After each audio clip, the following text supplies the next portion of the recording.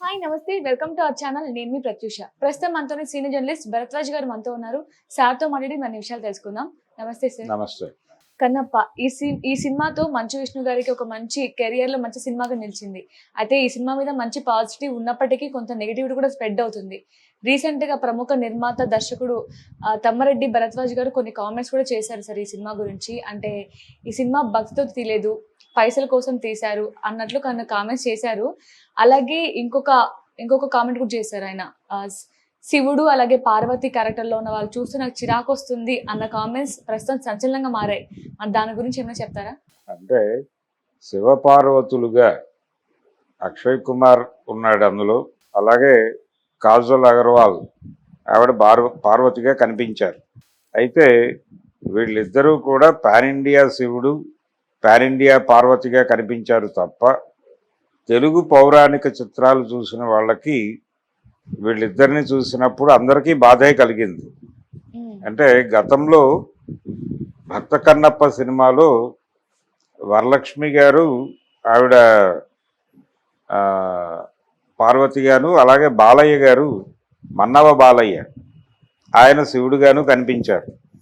నిజంగా శివుడు ఇలాగే ఉంటాడేమో అనిపించేలాగా బాలయ్య గారి గెటప్ నడిచింది. అలాగే ఆయన అభినయం కూడా అలాగే నడిచింది. అలాగే ఆయన డైలాగ్ డెలివరీ కూడా ఆయన చాలా మంద్రస్వరంలో మాట్లాడతాడు ఆ సినిమాలో. ముఖ్యంగా మారువేషంలో అడవిలో వేట దొరకక తిరుగుతున్నటువంటి కన్నప్పకి, అంటే అప్పటికి తిన్నడే, ఆ తర్వాత కన్నప్ప అయ్యాడే, తిన్నడికి మారువేషంలో శివుడు కనిపించి ఒక డైలాగ్ చెప్తాడు. అంటే ప్రతి మనిషి శివుడే, ఎదుటివాడి గొప్పతనాన్ని అంగీకరించటం అంటే ఎదుటివాడిలో కూడా పరమాత్మ ఉంది అని గుర్తించటం. పరమాత్మ అంటే నీకు బయట ఉన్న ఆత్మ మీద నీకు గౌరవం ఉండాలి. నీ గొప్పతనాన్ని నువ్వు చెప్పుకో, కానీ ఎదుటివాడి గొప్పతనాన్ని కూడా ఒప్పుకో. అలా ప్రపంచంలో ప్రతి జీవిని కన్సిడర్ చేయి. అదే మూడో కన్ను, అంతకు మించి ఇంకో కన్ను లేదు. కాబట్టి మూడో కన్ను అంటే లో వెలుగు అని ఒక డైలాగ్ ఉంటుంది. ఆ డైలాగ్ ఆయన చెప్పే పద్ధతి చాలా అద్భుతంగా ఉంటుంది. ఆ సినిమా విడుదలై ఇన్ని సంవత్సరాలు అయినా కానీ ఆ సన్నివేశము, ఆ డైలాగు ప్రజలకు గుర్తుంది. అంటే ఆ స్థాయి ముద్ర వేశారు. అలాగే అంతకుముందు దక్షయజ్ఞం సినిమాలో రామారావు గారు పరమశివుడిగా కనిపిస్తాడు. ఇలా శివుడి పాత్రలో అనేక మంది, నాగభూషణం గారు కూడా ఓ సినిమాలో శివుడి పాత్రలో కనిపించాడు. ఎవరు కనిపించినప్పటికీ మన్నవ బాలయ్య గారు వేసినటువంటి ప్రభావం చాలా పెద్దది. అందుకని ఆ శివుళ్ళందరినీ చూసినటువంటి కంటితో ఈ శివుడిని చూసినప్పుడు బాధేసింది అని తమ్మారెడ్డి భరద్వాజ్ గారు అనటం తప్పేమీ కాదు, కరెక్ట్గానే అన్నాడు ఆయన. అంటే ఆ గెటప్ని అలా తీర్చిదిద్దారు. ఆ తీర్చిదిద్దటానికి రకరకాల పరిశోధనలు జరిగాయి. ఆ రోజునే జరిపి డిజైన్ చేసినటువంటి గెటప్ అది. ఇది ఆ సినిమాలో కనిపించలేదు. అంటే వీళ్ళు అక్కడ డైరెక్టర్ ముఖేష్ కుమార్ వలన కూడా కావచ్చు. అంటే ఆయనకి ఈ సినిమాలు చూసే అవకాశం దొరికి ఉండకపోవచ్చు. అందుకని ఆయన స్టైల్లో ఆయన పాన్ ఇండియా మార్కెట్ని అడ్రస్ చేస్తున్నాడు కాబట్టి ఆయన గెటప్పుల్ని ఆయన ధోరణిలోనే వదిలేద్దామని మంచు విష్ణు వాళ్ళు కూడా అనుకుని ఉంటారు. లేదా అసలు వీళ్ళు ఆ ఏరియాలో పరిశోధన చేయాలనే మూడ్లో కూడా ఉండరు. అందుకని ఆ శివపార్వతులు కొంత ఇబ్బందికరంగా కనిపించిన మాట వాస్తవం.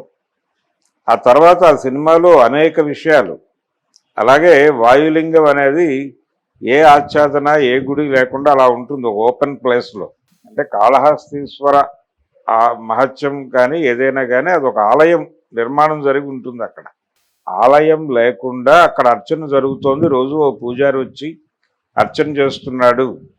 ఒక పూజారి వచ్చి అర్చన చేస్తున్నాడు అంటే అక్కడ ఏదో ఆలయ నిర్మాణం జరిగి ఉంటుంది అనేది మినిమం సెన్స్. కానీ ఈ సినిమాలో అలా ఆలయం ఉండదు, అది ఓపెన్ ప్లేస్లో ఉంటుంది.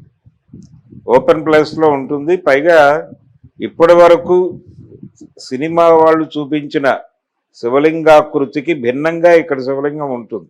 అందుకని జనం ఏమిటి ఆకారం అన్న పద్ధతిలో ఆలోచించారు. ఇదంతా కూడా పాన్ ఇండియా మార్కెట్ని ఆకట్టుకోవడం కోసం చేసిన కసరత్తే.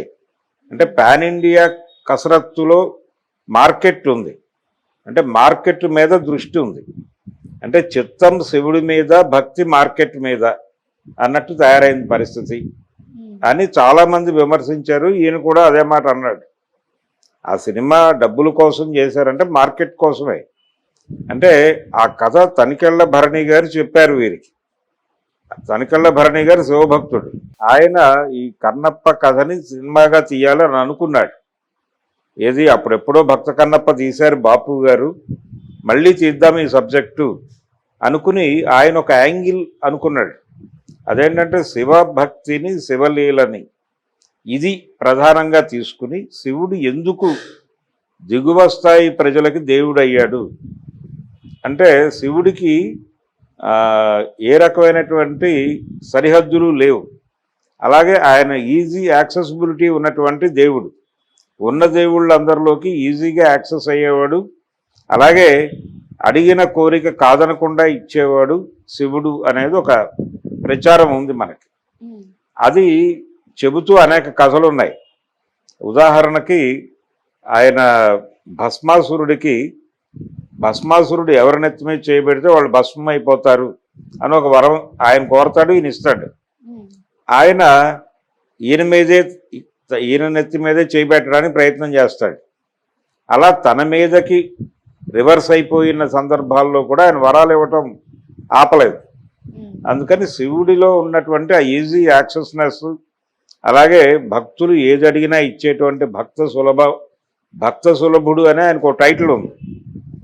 దీని గురించి ఎక్స్ప్లెయిన్ చేస్తూ ఈ కథని ఆసరాగా చేసుకుని ఇది ఎక్స్ప్లెయిన్ చేయాలి అని అనుకున్నాడు ఆయన తనికెళ్ళ భరణి.